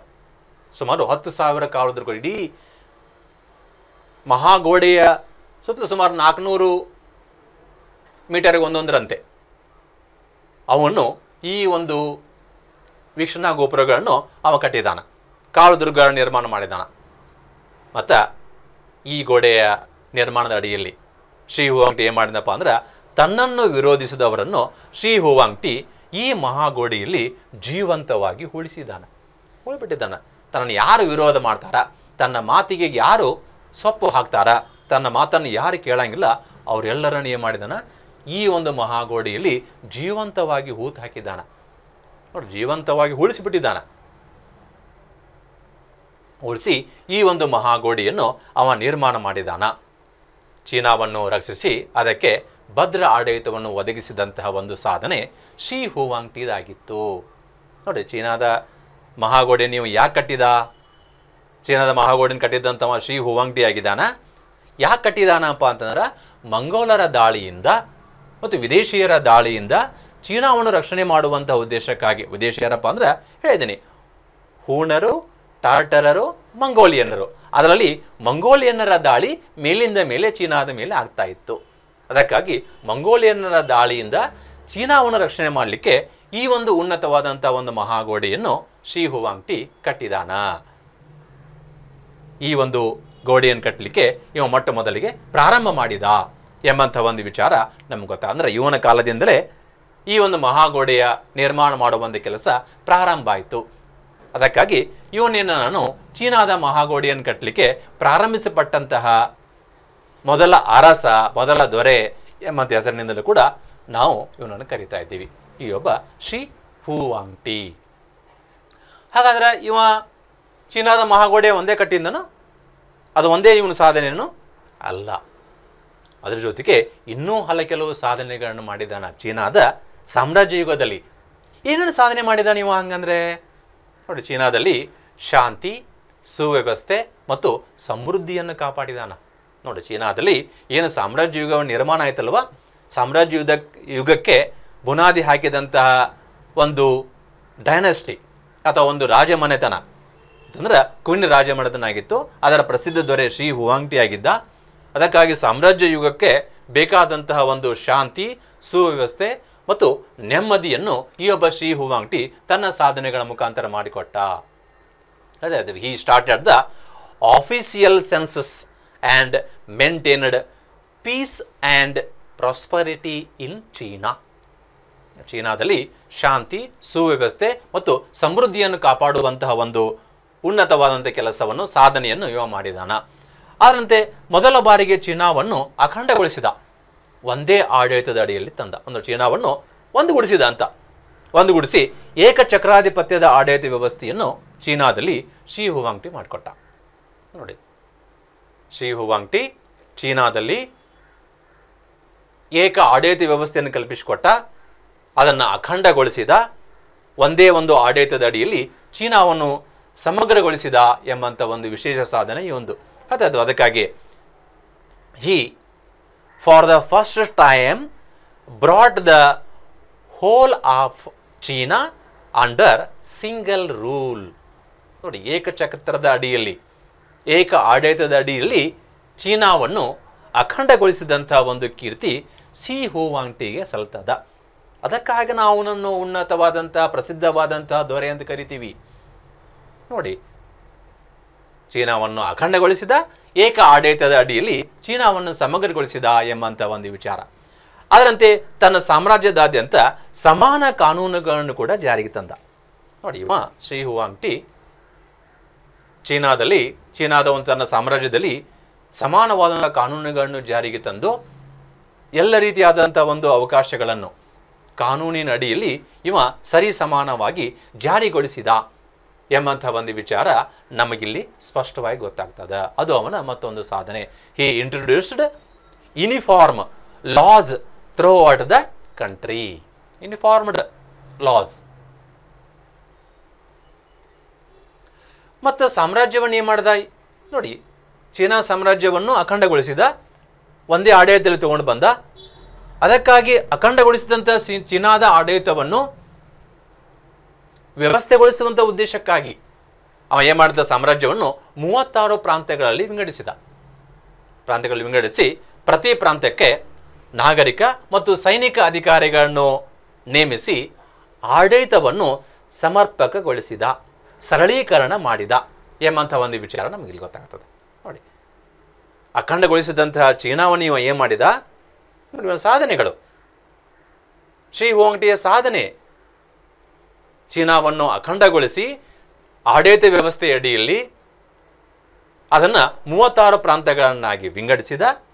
ಪ್ರತಿಯೊಂದು ಪ್ರಾಂತ್ಯಕ್ಕೆ ಒಬ್ಬೊಬ್ಬ ನಾಗರಿಕ ಹಾಗೂ ಸೈನಿಕ ಅಧಿಕಾರಿಗಳನ್ನು ನೇಮಿಸಿ ಆಡಳಿತವನ್ನು ಸಮರ್ಪಕಗೊಳಿಸಿದ, ಸರಳೀಕರಣ ಮಾಡಿದ ಎಂಬಂತಹ ಒಂದು ವಿಚಾರ ಇವನ ಮತ್ತೊಂದು ಅದ್ಭುತವಾದಂಥ ಸಾಧನೆ. ಹೇಳ್ತಾ ಇದ್ವಿ, he divided the country into 36 provinces and appointed civil and military officers to each province. That is a developed, flourished in the administrative field by Shi Huangti ಎಂಬಂತಹ ಒಂದು ವಿಚಾರ ನಮಗಿಲ್ಲಿ ಗೊತ್ತಾ. ಅಂದರೆ ಇಂತಹ ಅದ್ಭುತವಾದಂತಹ ಸಾಧನೆಗಳಿಗೆ ಶ್ರೀ ಹುವಾಂಗ್ಟಿ ಸಾಕ್ಷಿಯಾದ ಎಂಬಂಥ ಒಂದು ವಿಚಾರ ನಮಗಿಲ್ಲಿ ಸ್ಪಷ್ಟವಾಗಿ ಗೊತ್ತಾಗ್ತದೆ. ಅಂದರೆ ಈ ಎಲ್ಲ ವಿಚಾರಗಳ ಅಡಿಯಲ್ಲಿ ಶ್ರೀ ಹುವಾಂಗ್ಟಿಯ ಸಾಧನೆಗಳು ಅತ್ಯಂತ ಅಪರೂಪದ ಸಾಧನೆಗಳಾಗಿದ್ದಾವ, ಅನುರೂಪದ ಸಾಧನೆಗಳಾಗಿದ್ದಾವ. ಚೀನಾಕ್ಕೆ ಬೇಕಾದಂಥ ಭದ್ರವಾದಂತಹ ಆಡಳಿತದ ಬುನಾದಿಯನ್ನು ಹಾಕಿಕೊಟ್ಟಂತವ ಶ್ರೀ ಹುವಾಂಗ್ಟಿ ಆಗಿದ್ದಾನ. ನೋಡಿ, ಅದಕ್ಕೆ ಅವನ ಹೆಸರಿನ ಒಂದು ಸಾರ್ಥಕತೆಯನ್ನು ನಾವು ಮಾಡ್ಕೊಂಡಿದ್ದಾನ. ನೋಡಿ, ಮೊದಲ ಚಕ್ರವರ್ತಿ, ಚೀನಾದ ಮೊದಲ ಚಕ್ರವರ್ತಿ ಎಂಬಂತ ಒಂದು ಹೆಸರಿಟ್ಕೊಂಡಿದ್ದಾನಲ್ವ. ಅದಕ್ಕಾಗಿ ಮೊದಲ ಚಕ್ರವರ್ತಿಯಾಗಿದ್ದುಕೊಂಡು ಚೀನಾವನ್ನು ಅಖಂಡಗೊಳಿಸಿ ಉನ್ನತವಾದಂತಹ ಸಾಧನೆಗಳನ್ನು ಮಾಡಿದ್ದಾನ. ಇದರ ಜೊತೆಗೆ ಇವನ ಇನ್ನೂ ಕೆಲವು ಸಾಧನೆಗಳನ್ನು ನಾವಿಲ್ಲಿ ನೋಡಬಹುದು. ಏನು ಮಾಡಿದಾನ, ತನ್ನ ಸಾಮ್ರಾಜ್ಯದ ದೂರದ ಪ್ರದೇಶಗಳನ್ನು ಜೋಡಿಸುವಂಥ ಸಲುವಾಗಿ ರಸ್ತೆಗಳನ್ನು ನಿರ್ಮಿಸಿದ. ನೋಡಿ, ರಸ್ತೆಗಳ ನಿರ್ಮಾಣ ಮಾಡಿದ. ತನ್ನ ಇಡೀ ಚೀನಾ ಸಾಮ್ರಾಜ್ಯವನ್ನು ಜೋಡಿಸಬೇಕು, ಸಾಮ್ರಾಜ್ಯದ ಒಂದು ವ್ಯವಸ್ಥೆಯನ್ನು ಸರಳೀಕರಣ ಮಾಡಬೇಕು, ಆಡಳಿತದ ವ್ಯವಸ್ಥೆಗಳನ್ನು ಸರಳೀಕರಿಸಬೇಕು ಎಂಬ ಉದ್ದೇಶಕ್ಕಾಗಿ ರಸ್ತೆ ಮಾರ್ಗಗಳನ್ನು ನಿರ್ಮಿಸಿದ. ಬೇರೆ ದೂರದ ಪ್ರದೇಶಗಳಿಂದ ತನ್ನ ಸಾಮ್ರಾಜ್ಯದ ಪ್ರದೇಶಗಳಿಗೆ ಸಂಪರ್ಕ ಕಲ್ಪಿಸುವಂಥ ಒಂದು ವ್ಯವಸ್ಥೆಯನ್ನು ಮಾಡಿಕೊಟ್ಟ. ಇದರಿಂದ ತನ್ನ ಒಂದು ರಾಜಧಾನಿಯ ಪ್ರದೇಶಗಳಿಗೆ ವಿಶೇಷವಾದಂತಹ ಕಾಯಕಲ್ಪವನ್ನು ತಂದುಕೊಟ್ಟ. ಅದರಂತೆ ಚೀನಾದಲ್ಲಿ ಕಾಲುವೆಗಳನ್ನು ತೋಡಿಸಿದ, ನೀರಾವರಿಗಾಗಿ, ನೀರಿನ ಒಂದು ವ್ಯವಸ್ಥೆಗಾಗಿ ಕಾಲುವೆಗಳನ್ನು ಕೂಡ ಅವ ತೋಡಿಸಿದ. ಅದೇ ರೀತಿಯಾಗಿ ರಾಜಕೀಯ ಅವ್ಯವಸ್ಥೆ, ಅನಾನುಕೂಲತೆ ಮತ್ತು ತೊಂದರೆಗಳನ್ನು ತಿಳಿಯಲು ಅವ ಏನು ಮಾಡ್ತಾ ಇದ್ದಪ್ಪ ಅಂದ್ರೆ ವೇಷ ಮರೆಸಿಕೊಂಡು ತನ್ನ ಸಾಮ್ರಾಜ್ಯದಾದ್ಯಂತ ಪ್ರವಾಸ ಮಾಡ್ತಿದ್ದ.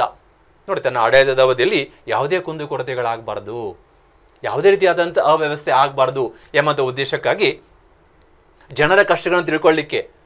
ನೋಡಿ, ಇದನ್ನು ನಾವು ಈಜಿಪ್ಟ್ ನಾಗರಿಕತೆಯಲ್ಲಿ ಕೂಡ ನೋಡಿದ್ದೀವಿ.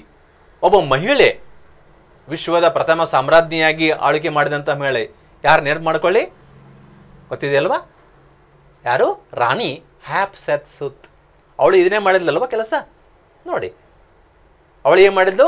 ಜನರ ಕಷ್ಟಗಳನ್ನು ತಿಳ್ಕೊಳ್ಳಿಕ್ಕೆ ಅವಳು ವೇಷ ಮರೆಸಿಕೊಂಡು ಹೋಗ್ತಾ ಇದ್ಲು ಅಂತ ನೋಡಿದ್ದೀವಿ. ಅದನ್ನು ಇಲ್ಲಿ ಶಿ ಹುವಾಂಗ್ಟಿ ಚೀನಾ ಸಾಮ್ರಾಜ್ಯದಲ್ಲಿ ಮಾಡಿದಾನ, ಚೀನಾದ ನಾಗರಿಕತೆಯಲ್ಲಿ ಇವ ಮಾಡಿದಾನ. ನೋಡಿ, ರಾಜಕೀಯ ವ್ಯವಸ್ಥೆಯ ಒಂದು ಸರಳೀಕರಣ ಮಾಡಿದಾನ, ಅವ್ಯವಸ್ಥೆಯನ್ನು ಹೋಗಲಾಡಿಸಿದಾನ, ಅನಾನುಕೂಲತೆಗಳನ್ನು ಹೋಗಲಾಡಿಸಲಿಕ್ಕೆ, ಪ್ರಜೆಗಳ ತೊಂದರೆಗಳನ್ನು ನಿವಾರಿಸಲಿಕ್ಕೆ ವೇಷ ಮರೆಸಿಕೊಂಡು ತನ್ನ ರಾಜ್ಯದಾದ್ಯಂತ ಪ್ರವಾಸ ಮಾಡ್ತಾ ಇದ್ದ. ನೋಡಿ, he travelled in disguise to understand the ills and disorders of the empire, constructed roads and canals to connect far flung parts of the empire. It is another great achievement in China. ಅದೇ ರೀತಿಯಾಗಿ ಇವ ಚೀನಾದ ಆಡಳಿತ ವ್ಯವಸ್ಥೆಯಲ್ಲಿ ಅದ್ಭುತವಾದಂಥ ಪ್ರಗತಿ ಮಾಡುವಂಥ ಉದ್ದೇಶಕ್ಕಾಗಿ ಏನು ಮಾಡಿದಪ್ಪ ಅಂದ್ರೆ ಕಠಿಣ ಕಾನೂನುಗಳನ್ನು ಮತ್ತು ಕಠೋರ ಶಿಕ್ಷೆಗಳನ್ನು ಜಾರಿಗೆ ತಂದ. ನೋಡಿ, ಕಠಿಣವಾದಂಥ ಕಾನೂನುಗಳು, ಕಠೋರವಾದ ಶಿಕ್ಷೆಗಳು ಅಂದ್ರೆ ಅದರಿಂದ ಜನರಿಗೆ ಹೆದರಿಕೆ ಉಂಟಾಗಬೇಕು, ಜನರು ತಪ್ಪು ಮಾಡಬಾರ್ದು. ಜನರ ತಪ್ಪಿಗೆ ಸರಿಯಾದಂಥ ಶಿಕ್ಷೆ ಇತ್ತಪ್ಪ ಅಂತಂದ್ರೆ ಭಯ ಉಂಟಾಗಿ ಆ ತಪ್ಪನ್ನು ಅವ ಮಾಡಂಗಿಲ್ಲ. ಅದಕ್ಕಾಗಿ ಅವ ಏನು ಮಾಡಿದ? ಕಠಿಣ ಕಾನೂನುಗಳನ್ನು ಜಾರಿಗೆ ತಂದ ಮತ್ತು ಕಠೋರ ಶಿಕ್ಷೆಗಳನ್ನು ಕೂಡ ಜಾರಿಗೆ ತಂದ. ನೋಡಿ, he introduced the strict laws and harsh punishment in China. ಅದೇ ರೀತಿಯಾಗಿ ಹಳೆಯ ವ್ಯವಸ್ಥೆಯನ್ನು ವಿರೋಧಿಸಿ ಹೊಸ ಬದಲಾವಣೆಗಳನ್ನು ತಂದ.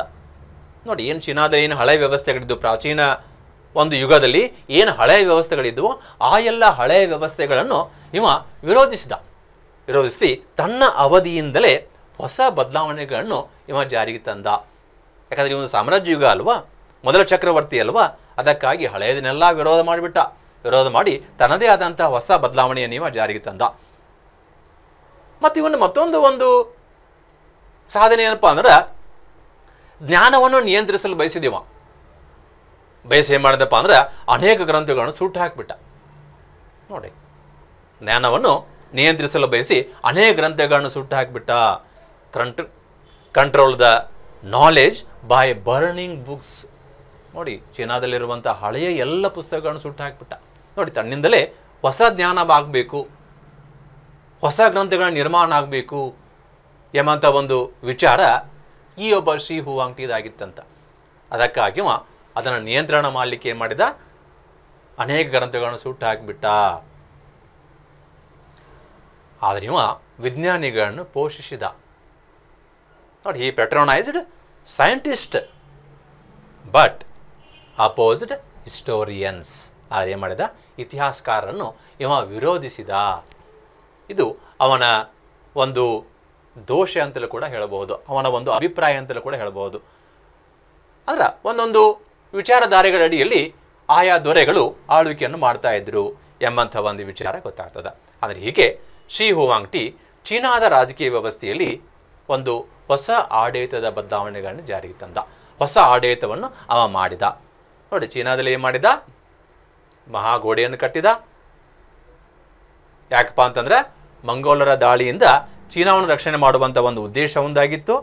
ಅದಕ್ಕಾಗಿ ಮಹಾಗೋಡೆಯನ್ನು ಕಟ್ಟಿ ಏನು ಮಾಡಿದ? ಚೀನಾವನ್ನು ರಕ್ಷಣೆ ಮಾಡಿದ. ಚೀನಾದ ಒಂದು ಆಡಳಿತ ವ್ಯವಸ್ಥೆಯನ್ನು, ಚೀನಾವನ್ನು ಅಖಂಡಗೊಳಿಸಿದ. ಏಕ ಆಡಳಿತದ ಅಡಿಯಲ್ಲಿ ಅದನ್ನು ಕ್ರೋಢೀಕರಣ ಮಾಡಿದ. ರಸ್ತೆಗಳ ನಿರ್ಮಾಣ ಮಾಡಿದ, ಕಾಲುವೆಗಳನ್ನು ತೋಡಿಸಿದ. ಆ ರೀತಿಯಾಗಿ ವೇಷ ಮರೆಸಿಕೊಂಡು ಸಮಾಜದ ಪ್ರವಾಸ ಮಾಡಿ ಜನರ ಕಷ್ಟಗಳನ್ನು ತಿಳ್ಕೊಂಡ, ಅವುಗಳಿಗೆ ಪರಿಹಾರವನ್ನು ಸೂಚಿಸಿದ, ಕಠಿಣ ಕಾನೂನುಗಳನ್ನು ಜಾರಿಗೆ ತಂದ, ಕಠಿಣ ಶಿಕ್ಷೆಗಳನ್ನು ಜಾರಿಗೆ ತಂದ. ಅದೇ ರೀತಿಯಾಗಿ ಹಳೆಯ ವ್ಯವಸ್ಥೆಯನ್ನು ವಿರೋಧಿಸಿ ಹೊಸ ಬದಲಾವಣೆಯನ್ನು ಕೂಡ ಇವ ತಂದ. ಜ್ಞಾನವನ್ನು ನಿಯಂತ್ರಿಸಲು ಅನೇಕ ಗ್ರಂಥಗಳನ್ನು ಸುಟ್ಟಾಕಿದ. ವಿಜ್ಞಾನಿಗಳನ್ನು ಪೋಷಿಸಿದರೆ ಇತಿಹಾಸಕಾರರನ್ನು ವಿರೋಧಿಸಿದ. ಹೀಗೆ ಶಿ ಹುವಾಂಗ್ಟಿ ತನ್ನ ಒಂದು ರಾಜಕೀಯ ವ್ಯವಸ್ಥೆಯ ಆಡಳಿತವನ್ನು ಅವ ನಿರ್ಮಿಸಿದ. ಇಂತಹ ಆಡಳಿತ ವ್ಯವಸ್ಥೆಯನ್ನು ಸಾಮ್ರಾಜ್ಯ ಯುಗದಲ್ಲಿ ಮೊದಲ ಚಕ್ರವರ್ತಿಯಾದಂಥ ಶಿ ಹುವಾಂಗ್ಟಿ ಮಾಡಿಕೊಟ್ಟ ಎಂಬಂಥ ಒಂದು ವಿಚಾರ ಶಿ ಹುವಾಂಗ್ಟಿಯ ಸಾಧನೆಗಳನ್ನು ನೋಡಿದಾಗ ನಮ್ಗೆ ಗೊತ್ತಾಗ್ತದೆ. ಇವನ ನಂತರ ಬಂದಂತಹ ಮತ್ತೊಂದು ರಾಜಮನೆತನ, ಮತ್ತೊಬ್ಬ ದೊರೆಯಪ್ಪ ಅಂದ್ರೆ ಊ ಟಿ ಎಂಬಂತಹ ದೊರೆ. ಅವನ ಬಗ್ಗೆ ಸ್ವಲ್ಪ ತಿಳ್ಕೊಳ್ಳೋಣ. ಊಟಿ ಇವ ಯಾವ ವಂಶದವನಾಗಿದ್ದ, ಇವ ಏನೇನು ಸಾಧನೆ ಮಾಡಿದಾನ ಎಂಬಂಥ ಒಂದು ವಿಚಾರ ಅದಕ್ಕೆ ಹೇಳ್ತಾ ಇದ್ದೀವಿ. ನೋಡಿ, ಇವನೇ ಊಟಿ ಎಂಬಂತಹ ದೊರೆ. ಊಟಿ ಎಂಬಂತಹ ದೊರೆ ಇವನೇ ಆಗಿದ್ದಾನ. ನೋಡಿ, ಕ್ವಿನ್ನಿ ವಂಶದ ನಂತರ ಹಾನಿ ಎಂಬಂತಹ ವಂಶ ಆಳ್ವಿಕೆಗೆ ಬಂತು. ಅಂದರೆ ಕ್ವಿನ್ನಿ ವಂಶದಲ್ಲಿ ಶಿ ಹುವಾಂಗ್ಟಿಯ ಸಾಧನೆ ನೋಡಿದೀವಲ್ವಾ, ಅವನ ನಂತರ ಕ್ವಿನ್ನಿ ವಂಶದ ನಂತರ ಹಾನ್ ಎಂಬಂತಹ ಒಂದು ವಂಶ ಆಳ್ವಿಕೆಗೆ ಬಂತು. ನೋಡಿ, Han dynasty are established after the Qin dynasty. ಇದರ ಒಬ್ಬ ಫೇಮಸ್ ರೂಲರ್, ಪ್ರಸಿದ್ಧವಾದಂತಹ ರೂಲರ್ ಹಾನ್ ಡೈನೆಸ್ಟಿ ಯಾರಪ್ಪ ಅಂದ್ರೆ ಅವ ಊ ಟಿ ಎಂಬಂತಹ ಅರಸ ಆಗಿದ್ದ. ಚಿತ್ರದಲ್ಲಿ ನೋಡ್ತಾ ಇದ್ದೀವಿ. ಊಟಿ ಎಂಬಂತಹ ಅರಸ ಹಾನ್ ಡೈನೆಸ್ಟಿಯ ಪ್ರಸಿದ್ಧವಾದಂತಹ ಅರಸ, ಫೇಮಸ್ ರೂಲರ್. ಮತ್ತು ಇವ ಮಹಾಬಲಶಾಲಿಯಾಗಿದ್ದ, ವೀರ ಯೋಧನಾಗಿದ್ದ, ಮಹಾವಿಜೇತನಾಗಿದ್ದ. ಇವನು ಕೂಡ ಚೀನಾವನ್ನು ಶತ್ರುಗಳಿಂದ ರಕ್ಷಿಸಿ ಚೀನಾವನ್ನು ಮತ್ತೆ ವಿಸ್ತಾರ ಮಾಡಿದ. ನೋಡಿ, ಶಿ ಹುವಾಂಗ್ಟಿಗಿಂತ ಒಂದು ಹೆಜ್ಜೆ ಮುಂದೆ ಹೋಗಿ ಚೀನಾವನ್ನು ಮತ್ತೆ ವಿಸ್ತಾರ ಮಾಡಿದ ತನ್ನ ಒಂದು ಸಾಧನೆಗಳ ಮುಖಾಂತರ. ಯಾಕಂದರೆ ಇವ ಮಹಾವಿಜೇತನಾಗಿದ್ದ, ಶೌರ್ಯ ಪರಾಕ್ರಮದಲ್ಲಿ ಉನ್ನತವಾದಂಥ ಸಾಧನೆ ಮಾಡುವಂಥ ಪರಿಕಲ್ಪನೆ ಇವನಿಗಿತ್ತು. ಅದಕ್ಕಾಗಿ ಅವ ಏನು ಮಾಡಿದ? ಮಹಾವಿಜೇತನಾಗಿ ಚೀನಾವನ್ನು ಶತ್ರುಗಳಿಂದ ರಕ್ಷಿಸಿ ವಿಸ್ತಾರ ಮಾಡಿದ. ಇವನ ಸಾಧನೆ ಇದು. ಅದಕ್ಕೆ ತನ್ನ ಸಾಮ್ರಾಜ್ಯವನ್ನು 13 ಪ್ರಾಂತಗಳನ್ನಾಗಿ ವಿಂಗಡಿಸಿ ಆಡಳಿತವನ್ನು ಕೇಂದ್ರೀಕರಿಸಿದ. ನೋಡಿ, ಚೀನಾವನ್ನು ವಿಸ್ತರಣೆ ಮಾಡಿ ತನ್ನ ಒಂದು ಚೀನಾ ಸಾಮ್ರಾಜ್ಯವನ್ನು 13 ಪ್ರಾಂತಗಳನ್ನಾಗಿ ವಿಂಗಡಣೆ ಮಾಡಿ ಅವುಗಳಿಗೆ ಒಂದು ವಿಶೇಷವಾದಂತಹ ಪ್ರತ್ಯೇಕವಾದಂತಹ ಆಡಳಿತ ವ್ಯವಸ್ಥೆಯನ್ನು ಈ ಒಬ್ಬ ಊ ಟಿ ಎಂಬಂತಹ ಒಬ್ಬ ದೊರೆ ಮಾಡಿಕೊಟ್ಟಿದ್ದಾನ. ಅದೇ ರೀತಿಯಾಗಿ he divided 30 provinces, centralized the administration in China at the time of Han dynasty. He was a Han dynasty famous ruler.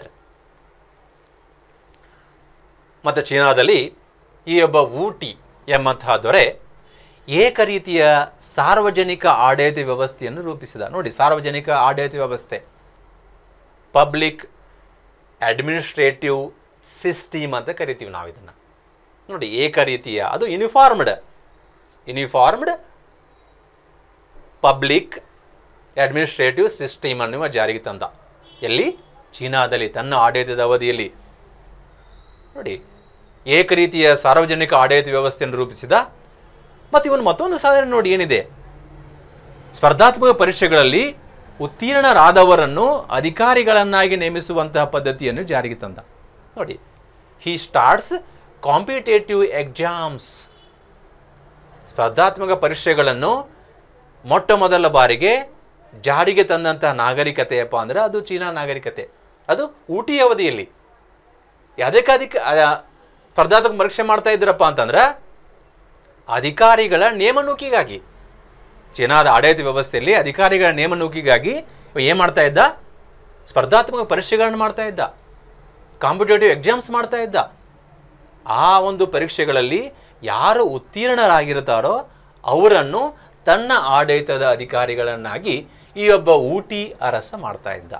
ನೋಡಿ ಹೇಗಿದೆ, ಎಂತಹ ಒಂದು ಅಪರೂಪದ ಸಾಧನೆಯನ್ನು ಊಟಿ ಅರಸ ಚೀನಾ ನಾಗರಿಕತೆಯಲ್ಲಿ, ಜಗತ್ತಿನ ಇತಿಹಾಸದಲ್ಲಿ ಇವ ಮಾಡಿದಾನ ಎಂಬಂಥ ವಿಚಾರ ಗೊತ್ತಾಗತ್ತಲ್ವ.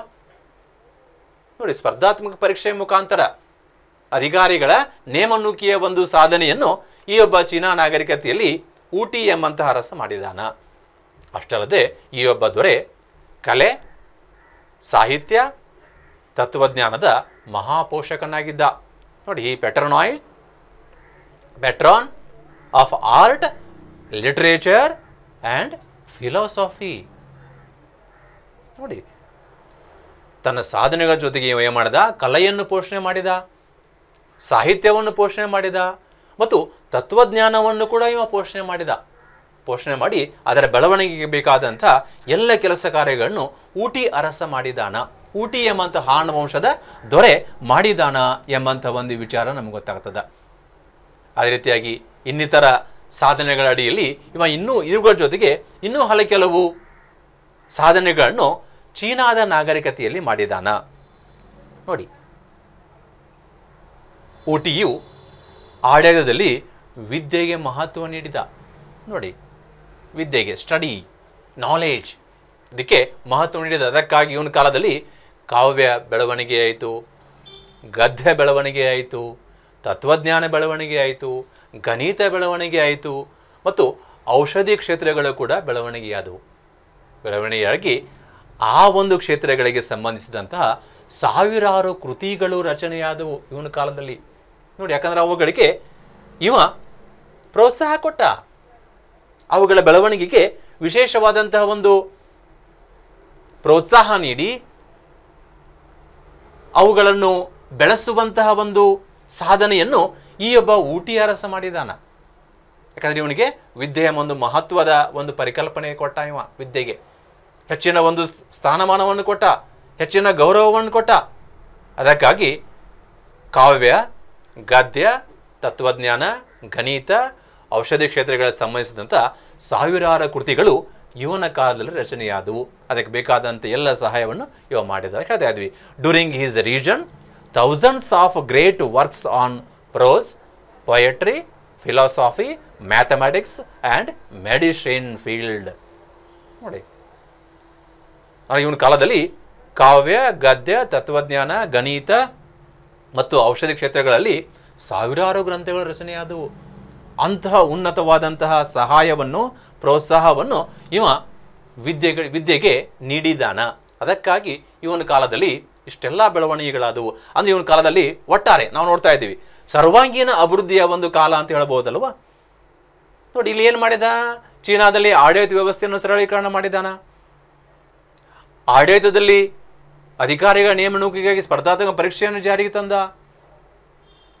ಚೀನಾವನ್ನು 13 ಪ್ರಾಂತ್ಯಗಳನ್ನಾಗಿ ವಿಂಗಡಣೆ ಮಾಡಿದ.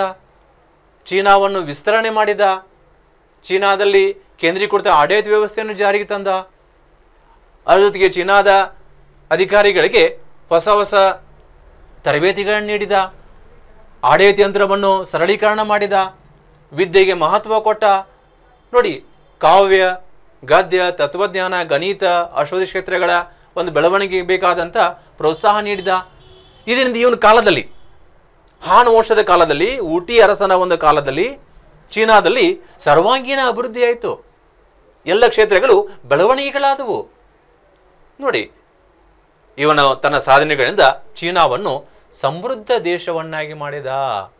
ನೋಡಿ, ಸದೃಢ ದೇಶವನ್ನಾಗಿ ಮಾಡಿದ. ಎಲ್ಲ ಕ್ಷೇತ್ರಗಳಲ್ಲಿ, ನೋಡಿ, ಒಂದೇ ಕ್ಷೇತ್ರದಲ್ಲಿ ಅಲ್ಲ, ಎಲ್ಲ ಕ್ಷೇತ್ರಗಳಲ್ಲಿ ಏನು ಮಾಡಿದ? ಚೀನಾವನ್ನು ಸಮೃದ್ಧ ದೇಶವನ್ನಾಗಿ ಮಾಡಿದ, ಸದೃಢ ದೇಶವನ್ನಾಗಿ ಮಾಡಿದ. ಅದಕ್ಕಾಗಿ ಇವನ ಕಾಲವನ್ನು ಚೀನಾದ ಇತಿಹಾಸದ ಸುವರ್ಣ ಯುಗ ಅಂತ ಕರೀತಾರೆ, ಗೋಲ್ಡನ್ ಏಜ್. ನೋಡಿ, ಸುವರ್ಣ ಯುಗ ಆಗಿತ್ತಂತ ಇವನ ಕಾಲ. ಯಾಕಂದರೆ ಎಲ್ಲ ಕ್ಷೇತ್ರಗಳು ಅಷ್ಟು ಅಭಿವೃದ್ಧಿ ಹಂತವನ್ನು ತಲುಪಿಸುವಂಥ ಕೆಲಸವನ್ನು ಈ ಒಬ್ಬ ಊಟಿ ಅರಸ ಮಾಡಿದ್ದಾನ. ನೋಡಿ ಹೇಗಿದ್ದಾನ. ಚೀನಾದ ಸರ್ವಾಂಗೀಣ ಅಭಿವೃದ್ಧಿಗೆ ಕಾರಣಕರ್ತನಾದಂತಹ ವ್ಯಕ್ತಿ ಈ ಒಬ್ಬ ಊಟಿ ಅರಸನಾಗಿದ್ದಾನ.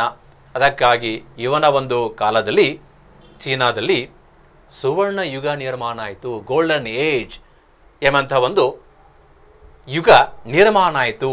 ಸರ್ವಾಂಗೀಣ ಅಭಿವೃದ್ಧಿಯ ಕಾಲ ಈ ಒಬ್ಬ ಊಟಿ ಅರಸನ ಕಾಲ ಆಗಿತ್ತು ಎಂಬಂಥ ಒಂದು ವಿಚಾರ ನಮಗಿಲ್ಲಿ ಸ್ಪಷ್ಟವಾಗಿ ಗೊತ್ತಾಗ್ತದೆ.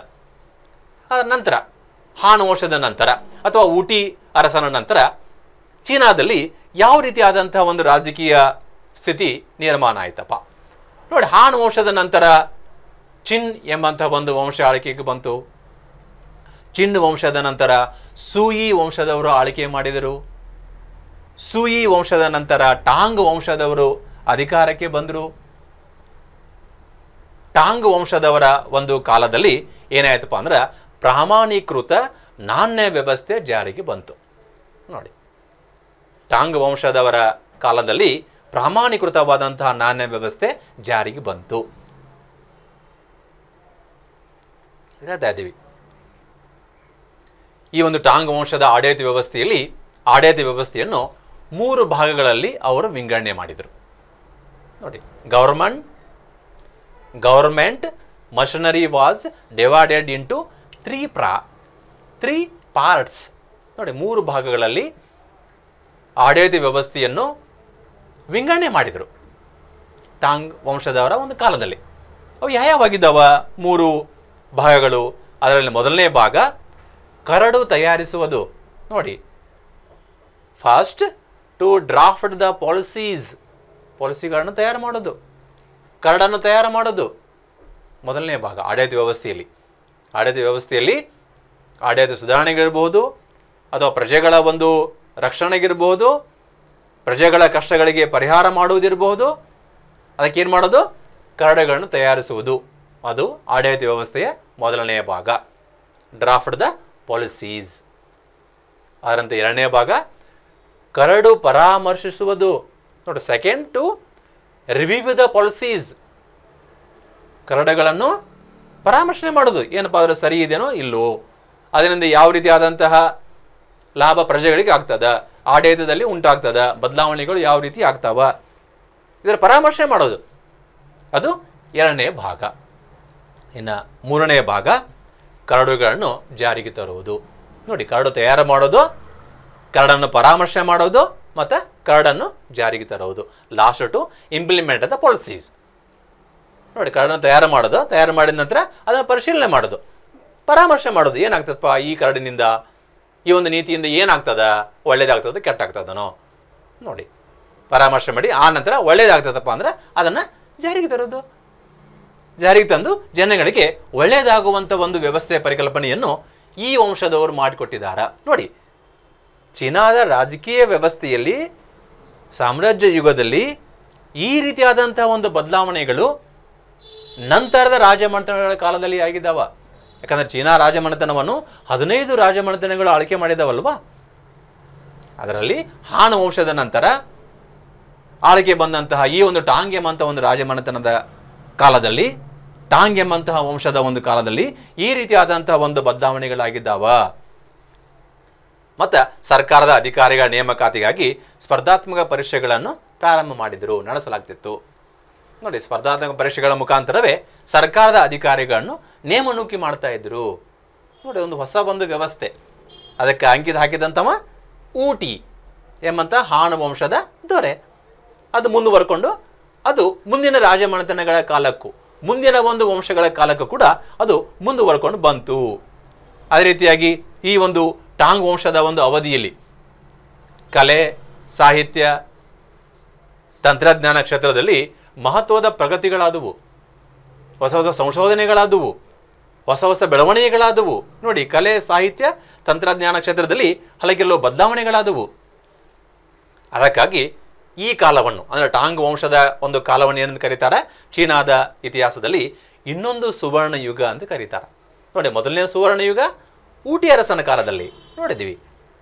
ನೋಡಿ, ಊಟಿ ಅರಸನ ಕಾಲದಲ್ಲಿ ಸರ್ವಾಂಗೀಣ ಅಭಿವೃದ್ಧಿ ಚೀನಾದಲ್ಲಿ ಆಯಿತು ಅಂತ ಗೊತ್ತಿದೆ. ಊಟಿ ಅರಸ ಅಂತ ಸಾಧನೆಗಳನ್ನು ಮಾಡಿದ ಅಂತ ನೋಡಿದ್ವಿ. ಅದೇ ರೀತಿಯಾದಂಥ ಕೆಲಸ ಕಾರ್ಯಗಳು ಟಾಂಗ್ ವಂಶದ ಕಾಲದಲ್ಲಿ ಆದವು. ನೋಡಿ, ಅದೇ ಕೆಲಸ ಕಾರ್ಯಗಳು ಟಾಂಗ್ ವಂಶದ ಒಂದು ಕಾಲದಲ್ಲಿ ಆಗಿದ್ದಾವ. ಅದಕ್ಕಾಗಿ ಈ ಒಂದು ಕಾಲವು ಕೂಡ ಚೀನಾದ ರಾಜಕೀಯ ಸ್ಥಿತಿಯಲ್ಲಿ, ರಾಜಕೀಯ ಕ್ಷೇತ್ರದಲ್ಲಿ ಮತ್ತೊಂದು ಸುವರ್ಣ ಯುಗವಾಗಿ ನಿರ್ಮಾಣ ಆಯಿತು. Golden age, significant development in the field of art, literature and technology in China. ನೋಡಿ, ಚೀನಾದಲ್ಲಿ ಟಾಂಗ್ ವಂಶದ ಒಂದು ಕಾಲದಲ್ಲಿ ಈ ರೀತಿಯಾದಂಥ ಒಂದು ಕ್ಷೇತ್ರಗಳು ಅಭಿವೃದ್ಧಿಯಾಗಿ ಚೀನಾದಲ್ಲಿ ಮತ್ತೊಮ್ಮೆ ಸುವರ್ಣ ಯುಗ ನಿರ್ಮಾಣ ಆಯಿತು ಎಂಬಂಥ ಒಂದು ವಿಚಾರ ನಮಗಿಲ್ಲಿ ಸ್ಪಷ್ಟವಾಗಿ ಗೊತ್ತಾಗ್ತದೆ. ಅಂದರೆ ಹೀಗೆ ಪ್ರಾಚೀನ ಚೀನಾದ ಒಂದು ರಾಜಕೀಯ ಸ್ಥಿತಿಯು ಅತ್ಯಂತ ಉನ್ನತ ಮಟ್ಟದಲ್ಲಿ ನಿರ್ಮಾಣ ಆಗಿತ್ತು ಎಂಬಂಥ ಒಂದು ವಿಚಾರ ಈ ಎಲ್ಲ ವಿಷಯಗಳನ್ನು ತಿಳ್ಕೊಂಡಾಗ ನಮಗೆ ಸ್ಪಷ್ಟವಾಗಿ ಗೊತ್ತಾಗ್ತದೆ. ಅಂದರೆ ಇವು ಎಲ್ಲ ವಿಚಾರಧಾರೆಗಳು ನಮಗೆ ಚೀನೀಯರ ಒಂದು ರಾಜಕೀಯ ವ್ಯವಸ್ಥೆಯ ಹಲವಾರು ಮಜಲುಗಳನ್ನು ನಮಗೆ ತಿಳಿಸ್ಕೊಡ್ತಾ ಇದ್ದಾವ ಎಂಬಂಥ ಒಂದು ವಿಚಾರ ನಮಗಿಲ್ಲಿ ಸ್ಪಷ್ಟವಾಗಿ ಗೊತ್ತಾಗ್ತದೆ. ನೋಡಿ, ಇದಿಷ್ಟು ಈ ಒಂದು ಅವಧಿಯಲ್ಲಿ ನಾವು ಚೀನಾದ ರಾಜಕೀಯ ಸ್ಥಿತಿಯ ಹಲವಾರು ಮುಖಗಳನ್ನು ನಾವಿಲ್ಲಿ ನೋಡಿದ್ದೀವಿ. ಈ ಹಲವಾರು ಮುಖಗಳು ಚೀನಾದ ರಾಜಕೀಯ ವ್ಯವಸ್ಥೆಯ ಕೆಲವು ಮಹತ್ವದ ಸಾಧನೆಗಳಿಗೆ ಸಾಕ್ಷಿಯನ್ನು ಒದಗಿಸಿಕೊಟ್ಟಿದ್ದಾವ ಎಂಬಂಥ ಒಂದು ವಿಚಾರ ನಮಗಿಲ್ಲಿ ಗೊತ್ತಾಗ್ತದೆ. ಇಲ್ಲಿಗೆ ಈ ಒಂದು ಅವಧಿಯನ್ನು ನಾವು ಮುಕ್ತಾಯ ಮಾಡೋಣ. ಇಲ್ಲಿಯವರೆಗೆ ಈ ಒಂದು ಚೀನಾದ ರಾಜಕೀಯ ವ್ಯವಸ್ಥೆಯ, ರಾಜಕೀಯ ಸ್ಥಿತಿಯ ಒಂದು ವಿಚಾರಧಾರೆಗಳನ್ನು ಹೇಳಿಕೊಟ್ಟಂತಹ ನಾನು ಎಸ್ ಶಿವಪ್ಪ, ಇತಿಹಾಸ ಉಪನ್ಯಾಸಕ, SKP ಪದವಿ ಪೂರ್ವ ಕಾಲೇಜು, ಅರೆಅಂಗಡಿ, ಹೊನ್ನಾವರ, ಉತ್ತರ ಕನ್ನಡ. ಮುಂದಿನ ತರಗತಿಯಲ್ಲಿ ನಾವು ಚೀನಾ ನಾಗರಿಕತೆಯ ಇನ್ನಿತರ ಕ್ಷೇತ್ರಗಳ ಸ್ಥಿತಿಗತಿಗಳನ್ನು ನಾವು ಅಧ್ಯಯನ ಮಾಡೋಣ. ಧನ್ಯವಾದಗಳು.